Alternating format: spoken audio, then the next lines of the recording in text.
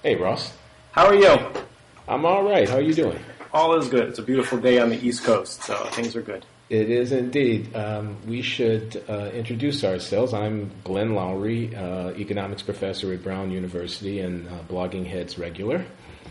And I'm Ross Levine. I'm also a professor at Brown University, and this is my first time on Blogger Heads, although I've seen some of your discussions. Okay, Ross, that's Blogging Heads. Blogging Heads, I'm sorry. But very good, very good. So two colleagues here, two economists. We're talking about your area of specialization where you've been very active of late, and that is in the world of finance, financial reform, and the economic value of financial innovation and all of that. Yep. No, it's obviously with the crisis, it's a big area drawing lots of attention. You've been pretty busy of late, I see. I mean, all over the world, Bank of England, the New York, the Boston Fed, the International Monetary Fund, the World Bank, debating with Nobel laureates in the Economist magazine and all of that. This is your hour. This is my hour. No, it's been a lot of fun and satisfying to be part of the discussion, and hopefully some of my experiences in this area will get into the thought processes for making reforms as we go forward. I have an idea about how we might organize our discussion, and it's obviously open for revision. But maybe we could talk a bit about what caused the financial crisis, in your view, a bit about the status of reform discussions and all of the arguments that are going on about what reform should be, and then something maybe about how all of this reflects on the science of economics, on the so-called crisis that's besetting our profession. What do you think? That sounds perfect. Okay. So, what a mess, eh? What a mess. So I think that there's a variety of arguments about what caused the crisis, the mess that we're in. And I don't think that there's a monocausal view. But in the debate with Joe Stiglitz in The Economist magazine, one of the things that was revealed to me was that is sort of the emotional response that I have to many of the discussions about the causes of the crisis. So typically when we do economics, we view it very much as a science, which means that it's impersonal and not emotional. But when I hear Greenspan, Bernanke, Geithner talking about the crisis as if this happened to them as a complete surprise, that there were these gigantic international capital flows and some incredibly greedy financiers invested in bizarre instruments, and then the world blew up. And all of a sudden, to the rescue came the Fed. It's hard not to be angry, and I also view it as a real problem in terms of actually getting reform that's going to make the system work better in the future. Okay, wait a minute. I want to make sure I understand what you're saying. People like Geithner, Greenspan, and others who were in charge of, in one way or another, the regulatory apparatus, Yep. talk about this as if it's something that fell out of the sky and happened to them, and that pisses you off. Did I hear you correctly? Yep, that's about it. So I have a paper, and the paper is called the paper is called "The Death of the U.S. Financial System: Accident, Suicide, or Negligent Homicide." And I think that the narrative that's being told by Greenspan, Bernanke, all the people that were in charge of the regulatory apparatus is that this was sort of an accident, perhaps with some suicidal tendencies on the part of financiers that invested in these crazy instruments, credit default swaps and collateralized debt obligations and all of the hybrid stuff. And then, when there was a mess, there was nothing that the Fed could do but exactly what it did. And it's not that there are, it's not that their stories are completely wrong. It's just that they're self-servingly incomplete. And that when I look at the crisis, I want to look at the 10 years, say, between 1996 and 2006. So well before the sky was falling down. Yeah. And ask, during that period, what were these guys doing? Well, you're saying they should have seen that the conditions that led to the crisis of 2008, 2009 were building up in the 10 years prior thereto, and they should have taken actions which they did not take that would have headed off the crisis. Correct, but I would actually go a little further. I would actually say that they saw what was happening. Oh. And chose not to respond. Knowing the potentially dire developments that were in the works, they nevertheless chose not to respond. Exactly. They subjected us to the risk that worked out in the worst possible way with the collapse of 2008, knowingly. What could their motives have been for doing so? That's a very serious charge. Yes, it's a very serious charge, but it's also a charge that's very easy to substantiate with their own documents. Okay. And so this doesn't take too much insight, or it doesn't take too much insight or research or imagination on my part. It simply takes some work reading through their own internal documents. I see. I think, to a large degree, many of the decisions that were made, and this kind of comes back to some of the things you mentioned we may want to talk about later, come back to an ideological approach to regulation that was really driven by the power that Greenspan had in Washington. And that ideology was that regulations are everywhere and always bad. Mm-hmm. And then there was a particularly pernicious corollary to this ideology, and that is, let's say we have regulations that are working pretty well within the context of the financial system. And then there are financial innovations. The private sector makes new types of financial instruments. One might argue that to maintain the same regulatory environment, to maintain the same incentives for the financiers, regulations might have to adapt to these new instruments. Yes. However, I think the corollary that Greenspan applied was that sort of adaptation would be defined as a new regulation, and therefore we go back to his core ideological argument, which is that any regulation is bad, and so he worked very hard not to allow that type of adaptation.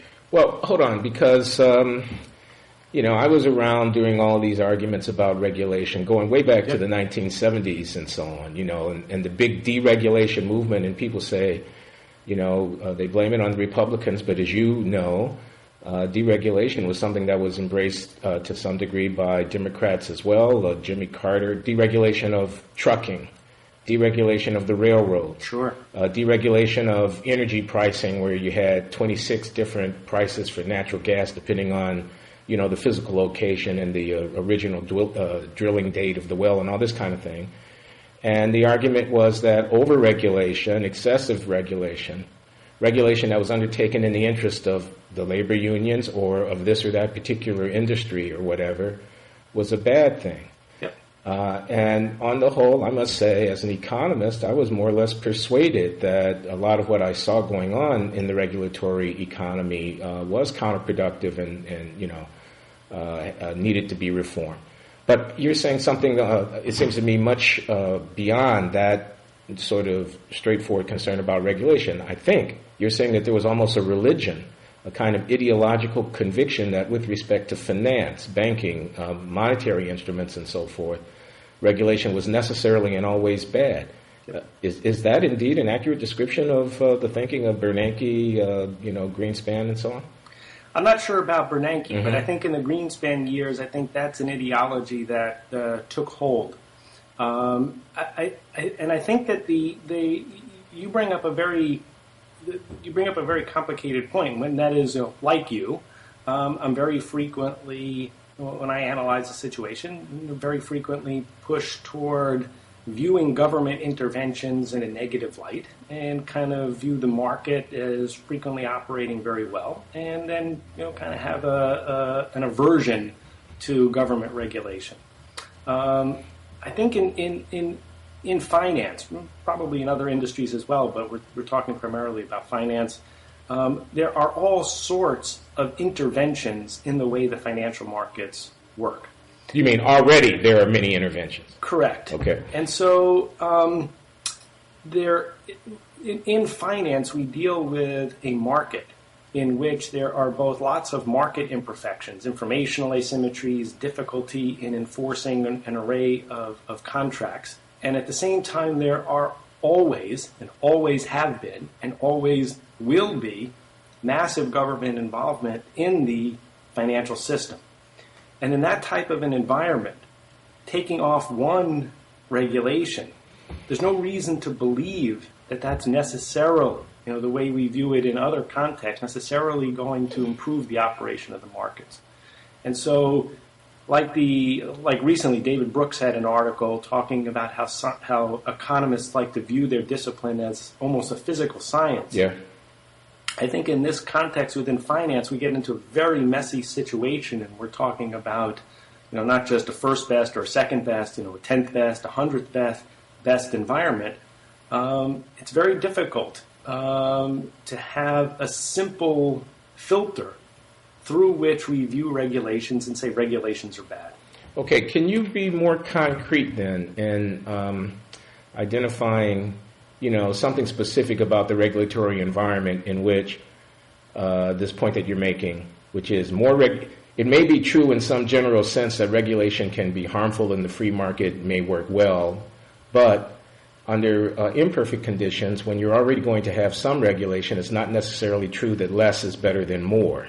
Sure. So what would be an example of that? So let me start out with a simple example and then put it in a current context. So a simple example would be we have a bank and there's no regulation. And in such a context, why am I going to put my money in this bank? Yeah. And what we saw in the 19th century was that the only way I'm going to put my money in this bank is if the owner of the bank has a lot of his or her money in the bank. And it would also be very helpful if I knew where the owner lived and perhaps what type of businesses he or she ran. And in this way, I could, one, monitor what the bank was doing. I knew that the person making the decisions for the bank had a lot of his or her money on the line. Yeah. And if there was fraud, I could go burn down the person's house. Yeah. And this was the way the world worked in the 19th century. Now we have deposit insurance, which means that me as a depositor, the government is sort of insuring my deposits. I don't monitor the bank as carefully. I don't worry about whether the owner has a lot of his or her money on the line. And so capital dropped. And in the U.S., the drop of the advent of deposit insurance was immense. We went from a situation in which the amount of money that the owner had in the bank was about 55% of all of the funds in the bank to a situation in which it was about 10%. Okay, in that type of an environment, to simply say that with deposit insurance, the government is not going to be involved in supervising and regulating the bank puts the owner in a situation where he has very little of his money on the line. He can collect lots of funds from everybody else. If he gambles and makes a lot of money, he gets all of the upside. And if he loses, it's basically the depositors that lose their money. This creates incentives, standard moral hazard problem, for the owner to take on massive risk, which is destabilizing both for the bank and potentially for the economy. So the original step toward regulation, which was a good thing of introducing deposit insurance, necessitates an additional step in the direction of regulation because now the incentives have changed and the government has to take the place which a depositor would have had to take of looking over the bank's shoulders to make sure that fraud and inappropriate allocation of resources isn't taking place. Exactly. I'm glad you're here to translate. I'm a translator. But you're exactly right. But I get it. It's an interesting point. But now, okay. So let me go tell you about something. So that's sort of the mid 20th century issue. Let me tell you about something like right now this crisis. Yeah. Okay. So banks don't like to hold capital. Because if I'm the owner of the bank and I have to put my money aside for a rainy day, this whole notion of putting money aside is basically means I dump it in the Fed and I get little or zero return. It's not working for you. Yes, I don't like that. Yeah. Now, the regulators want me to have my money on the line for a rainy day because if I have my wealth on the line, then I'm less likely to go nuts. That's what we just talked about. Yeah. Okay, so one of the things that J.P. Morgan designed in around 1994 or so was the credit default swap that could be used for banks. Okay, and now the way this worked is that if I'm a bank and I have a risky asset, that's when I have to put money aside for a rainy day. That which we typically call capital. Yeah. And so what I would do as a bank is I would buy insurance, which is this credit default swap, on my risky assets. Making them supposedly less risky. Exactly. And then I went to the Fed, the banks went to the Fed in 1996, and they said, well, now these assets are no longer risky because if they default, this other entity that I bought the credit default swap from is going to pay me. So now I shouldn't have to put aside money for a rainy day, and you should allow me to take those funds and invest in higher expected return and more risky assets. So they're seeking to have a lower reserve requirement in virtue of the fact that they have, quote, insured, close quote, their risky positions. Exactly. Now this is reasonable. So I don't fault the Fed for saying okay. However, that's 1996. And now if we watch what unfolds over the next 10 years, is an explosion of the use of credit default swaps. Okay, the notional value of the credit default swap market reaches something like, it's over $50 trillion by 2007. Wow. And banks themselves are buying the major banks are buying $8 trillion of this stuff. All you say for the purpose of reducing on paper the riskiness of their position so that they can hold less capital in reserve. It's difficult to say, this is a good point, it's difficult to say that it was all for those purposes. Okay. But it clearly operated for those purposes as well. All right. And there's a wonderful book by Gillian Tett, who's a journalist at the Financial Times, where she writes about this. And the appeal of credit default swaps to banks is unmistakably linked to their ability to take capital out of low return capital reserves and put it into higher return investments. Got it. But then the issue becomes, new information becomes available. And the information that becomes available is, who is it that's insuring the nation's banks? Who are selling these credit default swap insurance to the banks to allow them to reduce their riskiness or go to the regulator and claim they need less reserves. Exactly. So if we're very confident that they'll be there when things fall apart, that's one thing. Right. If we're not very confident that they're going to be there when things fall apart, that's another thing. Well, that was my question. If the bank is buying this contract and then presenting the Fed with the contract to say that their position is less risky, and the Fed is buying that, isn't the Fed then assuming that that contract is going to pay off for sure? And Yes, how can they know that? So, and that's the problem. So, and then the point is, the issue that I was kind of making earlier is that by 2004, the Fed is very nervous about who is actually selling these credit default swap contracts. Because not only can an entity sell the credit default swap contract to a bank, there's then a market in which they can be traded. So at any one time, who is the actual counterparty ensuring the nation's major banks became a bit uncertain. And Geithner, who's the president of the New York Fed at the time, becomes very nervous. He forms a task force headed by the former president of the New York Fed, Corrigan, who at the time that he is chosen for the task force, by Geithner, is a partner at Goldman Sachs. Right. But nonetheless, they say, yes, there are big problems here, but the Fed doesn't really do anything about it. This is what, 2005 or so? 2004. 2004, all right. And so they are alert to the problem that the counterparties of these credit default swap contracts on whose solvency they are very much depending in their exercise of regulatory authority over the banks. They are alert to the fact that there's a real problem. We don't know who these people are, and we can't be sure they'll pay off. Exactly. And they do nothing. And they do nothing. In fact, more than doing nothing, okay, if we take the Fed as a whole, Greenspan, and this is a little bit earlier, this is certainly starting by 1999 and running forward through the end of his term, Greenspan actively lobbies the other regulators and Congress to have essentially no oversight of the credit default swap market. Oversight meaning collecting information and perhaps putting together a clearinghouse so that one can identify who the actual counterparty is at all times.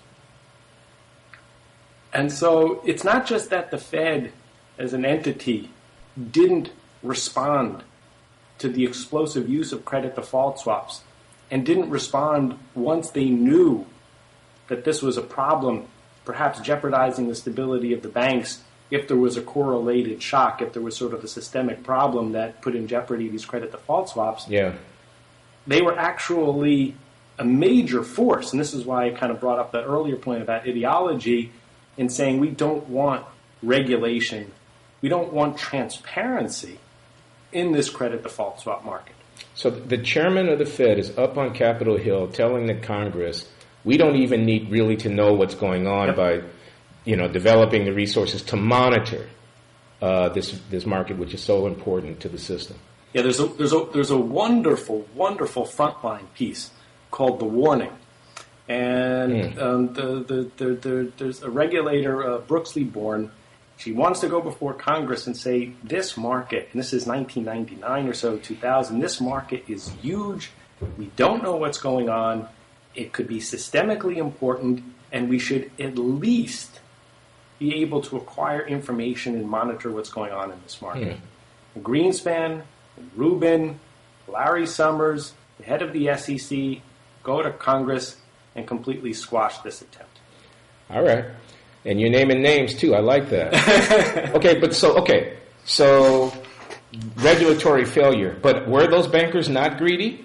Were they not making huge bets with other people's money? And if you're going to be pissed off at somebody, can't we be pissed off at the bankers, too? I'm asking you. Because that's what everybody is saying. When I hear the President of the United States addressing this issue or whatever it might be, making bets with other people's money is the way the narrative is going. Bankers need to be reined in. You've got, this whole business about compensation. We got Ken Feinberg running around making sure that nobody gets paid too much at any of these banks. Yep. And we have politicians going out front basically and saying this is a crisis that's been brought to us by greedy people in Wall Street who were making bets with other people's money. And I'm just wondering, where do you come out on that narrative? So I don't think that all of a sudden, over the last 10 to 15 years, people became greedier. What I think happened is that regulators created, either through acts of commission or acts of omission, an environment in which that greed was funneled in a particularly pernicious way. Okay.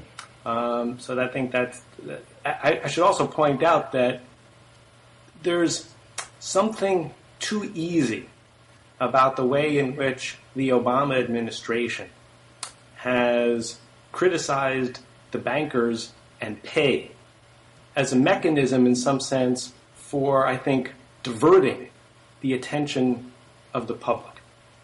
Why do I say that? The reason why I say that is because the banks, in 2009, Obama comes to power, are by standard the traditional accounting standards. They're basically insolvent, or they would be viewed as troubled. So the way this works is in order to evaluate the condition of a bank, you have to figure out some way to assess the value of its assets and the value of its liabilities. Right. That's not easy. Right. Especially the markets are thin. You don't know what things are really worth. Absolutely. And so there are certain accounting standards that are used to make the best assessment possible. And if we were to use the standards that existed, and you have regulations, which the U.S. has, that once a bank gets into trouble, you have prompt corrective action. The government is supposed to move in quickly to intervene in the bank. And the reason that's the case is because if I'm running a bank that's insolvent, so I'm running something with a net worth that's really low, I have huge incentives to extract what I can, or to gamble, or both, which would be dangerous. You got very little to lose. And so this prompt corrective action policy is quite smart, but it relies on an accurate assessment of the value of the bank. But what happens? What happens is Bernanke does not want to intervene in the banking system. And by these accounting standards, the losses in the banks, the 10 largest banks, would be about $1 trillion less than the book value. The book value meaning, without kind of doing an assessment for the true market value. Bernanke doesn't want to intervene, and the bankers don't want to have this true value of their banks made public or recognized by the regulatory officials, because then they couldn't give bonuses. So you had a confluence between the regulators, who didn't want to intervene, and the banks, who want their bonuses. They go to Congress, they put pressure on Congress, which then puts pressure on the accounting board that decides on what the accounting rules are going to be. And basically Congress says, look, you change your rules or we're going to take away your powers. And so what do? They change the rules. And now everybody can make believe that the banks really are solvent. It means that the regulators don't have to intervene in the banks, and it means that the banks can continue to give bonuses to themselves. Okay, again, let me recap to make sure I'm following. So if this were a small bank on the corner, and the FDIC were to come in and take a look at the books and say, oh my God, it looks like you guys have invested in a whole lot of shopping centers or whatever. They've all gone belly up, and you can't meet your obligations. We're seizing what assets are remaining. We're going to engage in an orderly unwinding or whatever it might be to try to minimize the damage here and secure the system. That bank would then be, quote unquote, nationalized in a very small way. I mean, it would be taken over by the Federal Deposit Insurance Corporation or whomever and dealt with. What happened in the crisis of 2007, 8, 9 is that very, very large banks, Citigroup, Bank of America, whatever it might be, were roughly in the hypothetical situation I just set out about the bank on the corner. The Fed showed up, took a look, could pretty much see what was going on, but said, darn, if we take these guys over, we're going to have the political problem of being in the position of having nationalized major financial institutions, which is contrary to our ideology and might not work well for our reelection prospects.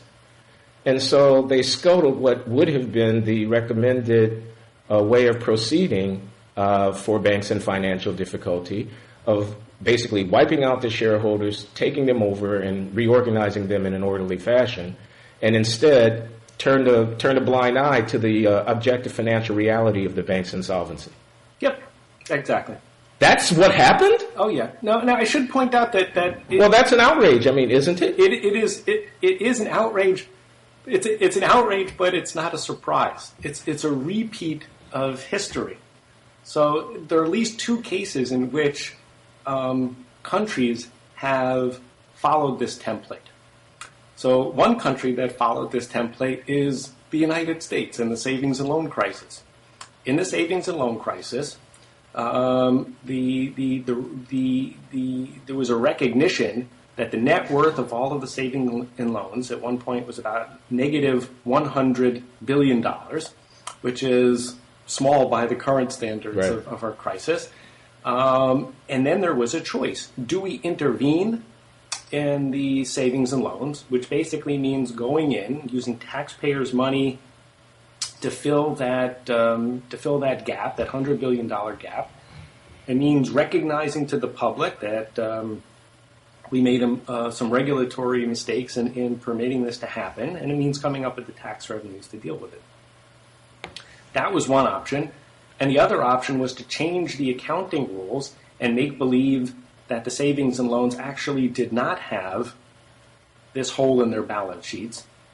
And that would mean allowing the banks to operate where the owners of the banks and those making decisions in the banks would know that their banks are insolvent, creating incentives for them to extract whatever resources they could, which has been called by Akerlof looting, and taking gambles, which is sort of the standard moral hazard. Yeah. And within a few years, the hole in the banking system doubled to $200 billion, at which point it became politically necessary to intervene. This is the savings and loan situation. The savings and loan situation. Mm-hmm. The other place where this showed up a little over a decade ago is Japan. They had a very similar situation where there was about $1 trillion hole in their banking system, and they, for political reasons, they simply could not recognize that their entire banking system had failed.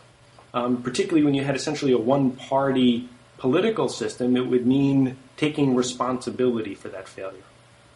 And so the same thing there. The regulators changed the accounting rules. They made believe the banks were profitable, and then the banks were able to issue large dividends and bonuses to their managers. And what's going on in the United States is that this is the easiest way for those in power to deal with the current banking crisis. But the thing that's occurring to me here, the thought that occurs to me here is that, okay, I've got a sick patient, and I really need to do some radical surgery here. If I do, then I can look forward in the future to a patient recovering and being able to stand on his or her own 2 feet and do just fine. Yep. If I don't do the radical surgery, if I put a Band-Aid, an ameliorative, if I cover the thing up, if I don't recognize losses that are in fact there, well, the entity may go forward, the shareholders may not get wiped out, and the managers may get bonuses, but the system is still going to be sick and hampered by the overhang of this unresolved problem. Absolutely. That would seem to be the case here. Absolutely. And I think what you saw, that's why there's the discussion in Japan of the lost decade. Yeah. I mean, it was a long period, and I think that's going to happen here. And this brings us to things that I think you and I really care about. I don't think that you and I really care about the machinations of the financial system simply because it's interesting to figure out what goes on in all of these special purpose vehicles and elaborate derivatives. You know, I think you and I and others are interested in the functioning of the financial system because the financial system plays a big role in offering opportunities to people, whether it's to borrow to send their kids to school, whether it's to move to a neighborhood that they think is going to be more conducive to the development of their children, whether they have an entrepreneurial idea that they want to try. You know, I think what you and I are interested in the financial system because it affects, in some sense, the distribution and the availability of economic opportunities. I mean, absolutely. I personally think it's really linked to our liberty, and so. Let me ask you this, Russ. I mean, do you think that the current economic downturn, I'm talking about the recession, 9.7% unemployment, very slow economic growth, is partly due to the slowness and reluctance of banks to lend, the kind of seizing of the financial sector because their balance sheets are still sick because the real problem hasn't been dealt with? I mean, in other words, I'm asking, is this regulatory failure that you call attention to having the consequence of causing a loss in economic output and higher than would otherwise have been the case unemployment rate and a longer recession than might otherwise have been the case? I sincerely believe that by not fixing the financial system, there will be enduring, painful implications for this country. I'm not as confident about sort of the bounce back over a few quarters from the crisis in terms of whether there's going to be an increased flow of credit through the system that might alleviate some unemployment. But what I'm most concerned about is that in the long run, when we're not really focusing so much just on the quantity of credit, but who gets that credit, whether the financial system is working to identify those with the best projects, and not necessarily those with the best connections or the most accumulated wealth. Yeah. That type of implication is very important for the type of economic environment we want to live in. So how do you see this misallocation of the money going not to the most productive use, but to the best politically connected use occurring now in this case? So here, here I have a great degree of uncertainty, because when I look at the long-run history of the U.S., one of the features that makes me optimistic is that institutions have frequently evolved in a positive direction and sort of corrected things that go awry. So there's a part of me that is very hopeful that perhaps in the next 10 years or so, we're able to fix the regulatory system and continue to expand opportunities, which has been a characteristic of the country. We don't get things right all the time, but we've tended to improve. So that's sort of my optimistic view. My pessimistic view is that this crisis has exacerbated a huge redistribution of wealth from the many to a few. And I'm concerned about the adaptation of the rules of the game in light of the concentration in power. And maybe that's a little bit overdramatic. Well, but what do you mean? What do you mean specifically? What I mean specifically is that in this crisis, we've gotten rid of a lot of small banks. We've actually emboldened and enriched the big banks. Yeah. And we've created a variety of entities that are really now protected from market discipline and exert an enormous influence over the rules that govern their behavior. And it's not simply that for example, when we talked about the small banks, when we said the bank on the corner gets into trouble because it lends to some shopping centers and then it goes bust. Yeah. What the FDIC would typically do is not close down the institution, because there's a lot of information and value in that institution. It knows a lot of the hardware stores that it lent money to. Right. And it operates effectively as an institution. There's a loss if that institution goes away. Yeah. And so, however, what the FDIC would frequently do is eliminate the value to the shareholders get wiped out, and frequently have the uninsured debt holders also take a loss, and then sell the institution to another institution or other investors. Yeah. So that you save the institution, but you don't save the particular bankers that were in charge of leading it to failure. Yeah. And that did not happen in this case. Yeah. There was a transfer of wealth from all of the taxpayers, partially through the Fed's actions, which is interesting in its own right, and to another degree through the Treasury, to the existing owners and creditors and managers of the institutions that engineered this crisis. I think I hear you, and I want you to continue, but I think it's important to point out here that you're not merely talking about the people who were executives in these firms. When you say creditors, correct, you're talking about other firms that had claims against the firms in question. Sorry, you're exactly right. And when you say the owners, you're talking about people who hold shares, which could be pension funds, mutual funds of all kinds. So it's not just a bunch of bad guys in Lower Manhattan that you're talking about here. Correct. Okay, but anyway, go on. So what I'm concerned about is that with the concentration, with this public policy statement that we are not going to let major financial institutions be hurt by their own actions. We will use taxpayer money to protect them and their bonuses, and we are going to listen to them because they throw a huge amount of lobbying money at Congress. I kind of have some concerns about how quickly the U.S. is going to adapt to this environment. So, for example, it was recently, I think yesterday, there was a story on NPR where they talked about for the current financial reform bill that's working its way through Congress, that the financial lobbying groups have already spent $500 million on this one bill. And I think that they will be successful in eliminating the few valuable parts of that bill. And it's that concentration of power that concerns me.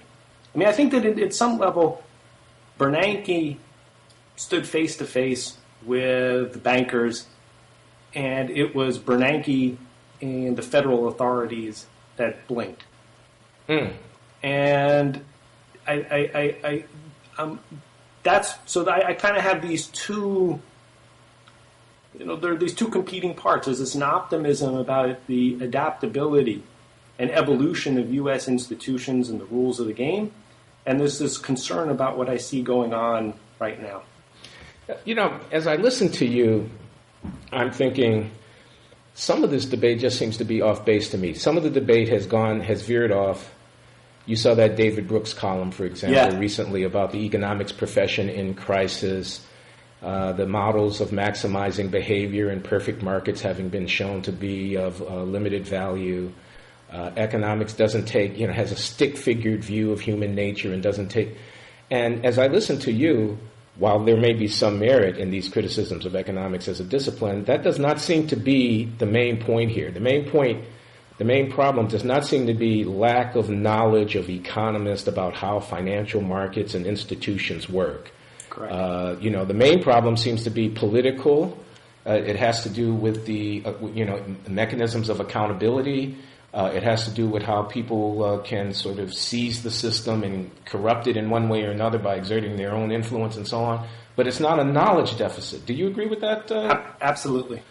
Absolutely. So, in the Brooks article, there are many interesting things, and you had this wonderful discussion with Sendil a few weeks ago. Sendil Mulanathan, the economist at Harvard University, yes. About behavioral economics, yes. and I love the discussion, and I think that there are these efforts to enrich. Very important, yes. However, without denying their importance, and I'm really love the work and learn from the work that's coming out. I don't think that's at the core of what happened in finance. And I think in finance, this is very simple.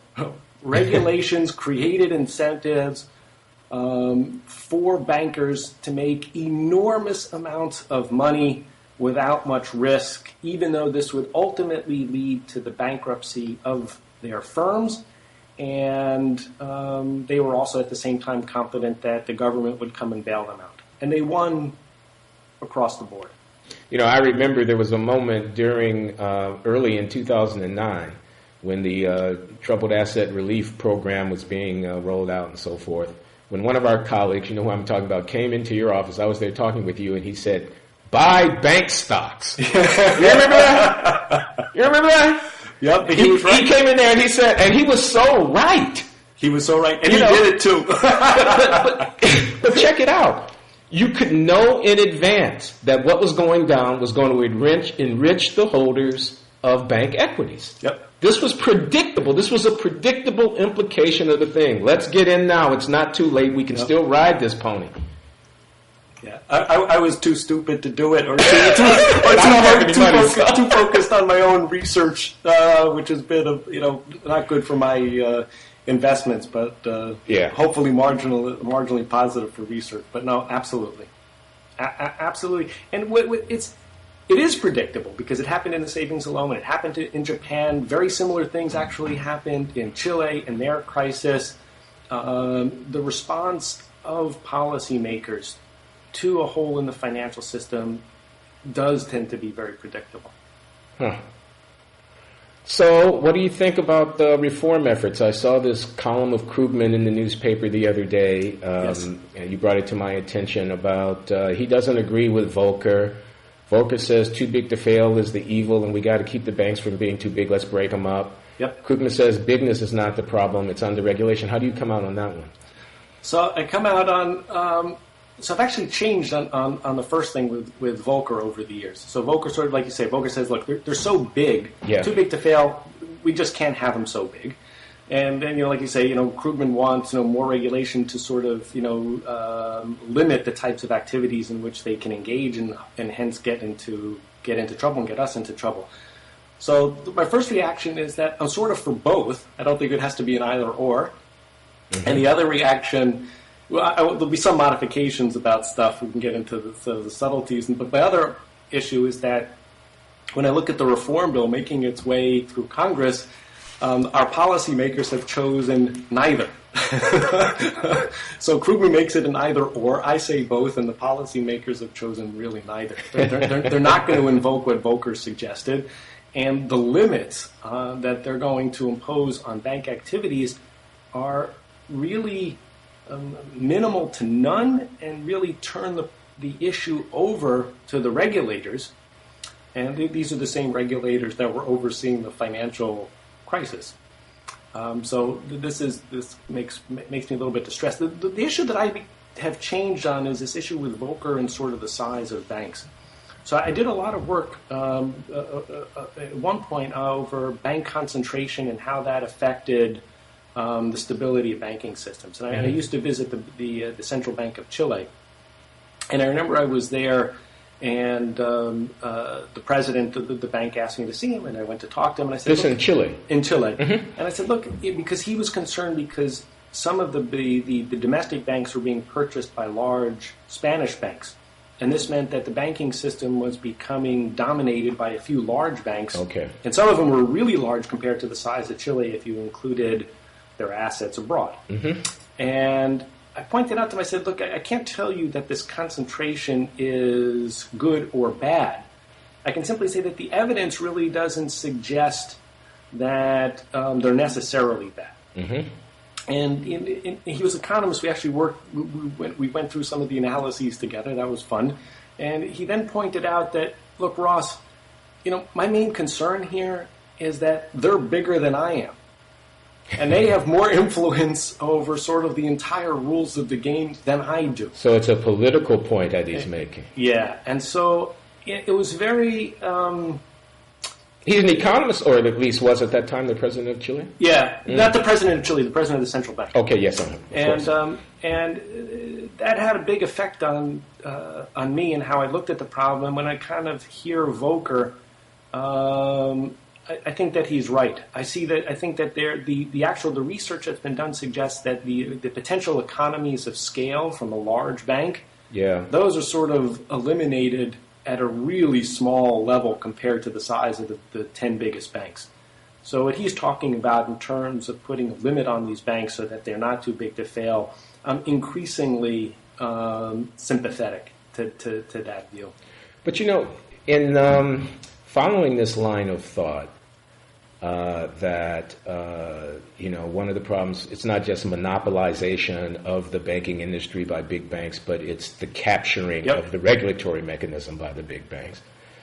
It does suggest something that might be intellectually inadequate in our current economics curriculum, and it's not so much, we have a stick-figured view of human nature as it is that we have an apolitical view of the operation of markets. Yep.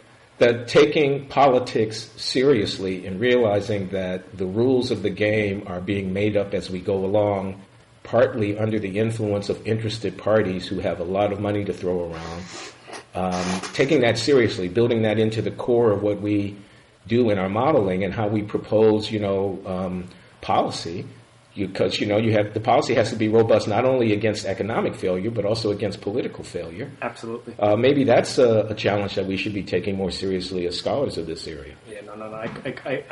I couldn't agree more. Yeah. I couldn't agree more. I'm sure that comes up in your work all of the time. That to a large degree, the rules of the game under which we operate are not simply. Are not necessarily or too infrequently changed because we learn and have a more enlightened view of what the policy should be. And all too frequently, the changes in the rules of the game really simply reflect a change in political power, which may or may not be representative of ideals or learning. Indeed. Ross, we've been talking for the better part of an hour. I have a suggestion, because I think we've got a lot of ground to cover. Why don't we think about having another conversation along these lines in a few weeks? That sounds great. It's always fun talking with you, Glenn. It's just great. It's great. Thanks a lot for doing it, Ross. And enjoy the rest of your weekend. Okay, you too. Can't miss with the sun shining the way it is around here. Absolutely. Take care, my friend. Bye-bye.